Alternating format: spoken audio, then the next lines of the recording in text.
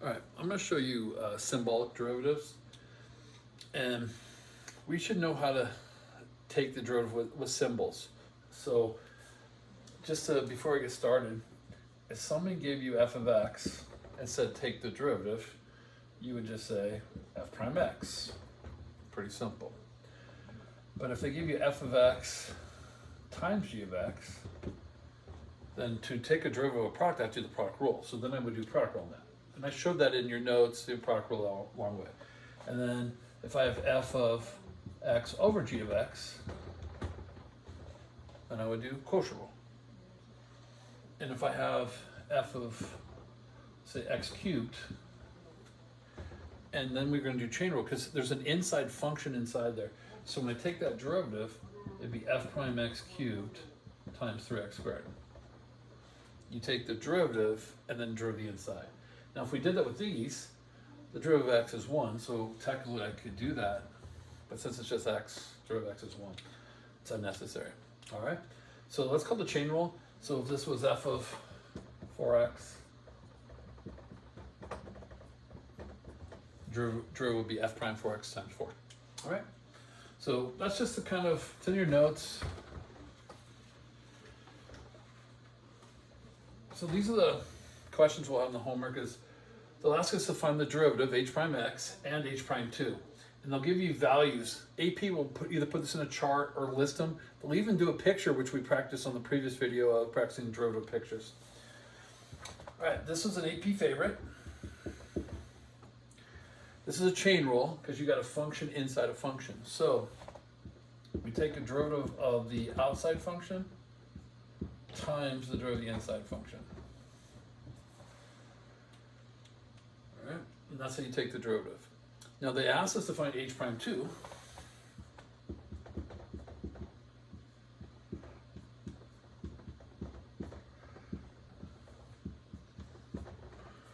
So I just plugged 2 for all the x's. So you notice I just plugged in 2 wherever I saw an x, right? Down here. Now this is g of 2 that's inside f. So I got to look up g of 2, which is 4. And so I got to find f prime 4. Well, f prime 4 is way over there at the top, 9. And then g prime 2 is 2. So the answer is 18. Okay? So I'll explain this one again. You have g of 2 is on the inside. So g of 2 is 4. So what technically this becomes 4. And then you got f prime of 4, which is way up there at the top right, 9. All right? So 9, and then g prime of 2 is 2. All right? So here's a product rule. Let's practice the product rule. All right. The derivative of the first equation. Derivative of the first equation times the second equation. I'm halfway done. Now you notice that g of 2x looks a little different. When I take its derivative, I got to take the derivative of the inside. Derivative of 2x is 2. And then times the first equation. All right. So plug in 2. Now the 2 times 2 makes that 4. Same thing here. This is 2x. That 2 is still sitting there, and f of 2. And then all that's left is I have to have eyesight and fill in the blanks. So f prime 2 is 5. G of 4, negative 1. Plus g prime of 4, 10. Times that 2. And then f of 2, negative 3. I get negative 5 minus 60.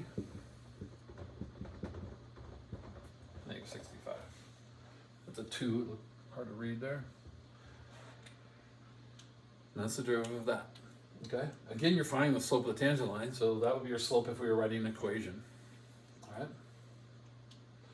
And I'll do an equation for the last one, so to show you what that looks like. All right, so we got to do quotient rule.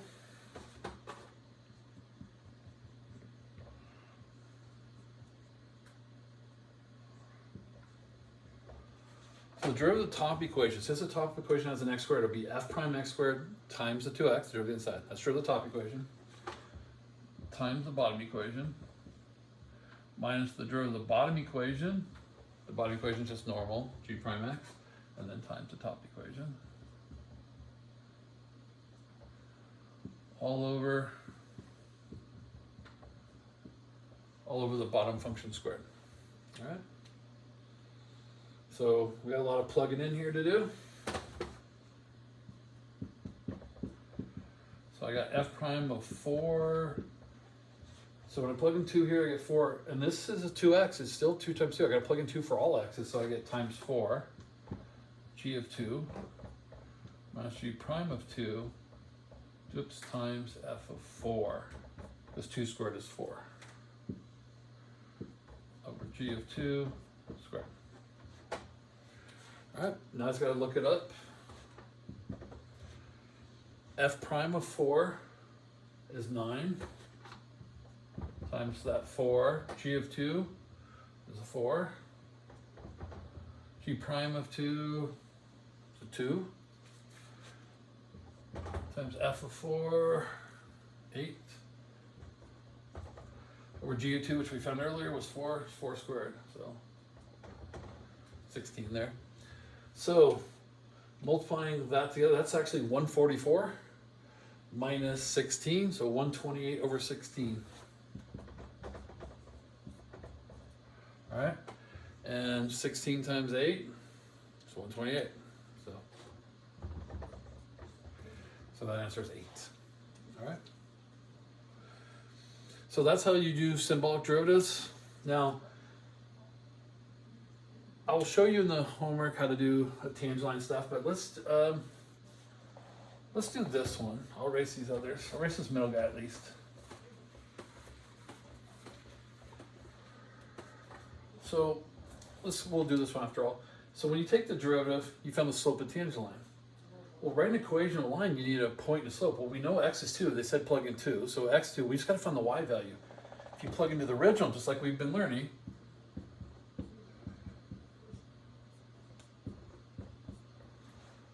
if you plug in the original, just plug 2 into here. So let's look up g of 2. Remember, this is 4. So f of 4 is 8. So the y value is 8. And that's how you find the y value. So now on my equation is y, take with the y value. The slope we found was 18. X equal to 2. And that's the tangent line to the curve. Same thing with this one. This time your slope is 8 for this guy. If I plug 2 into here, I'd have f of 4 over g of 2. So if I were to show that work,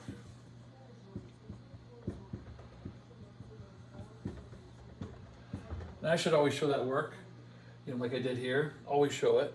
So f of 4 is 8 over 4. It's turned out to be 2. So now you get your y value, you have your slope. So y minus y, slope, and then x was also 2. And that's how you find the equation of the tangent line. All right, so that's going to be with your homework for the charts and graphs, and that's symbolic derivatives.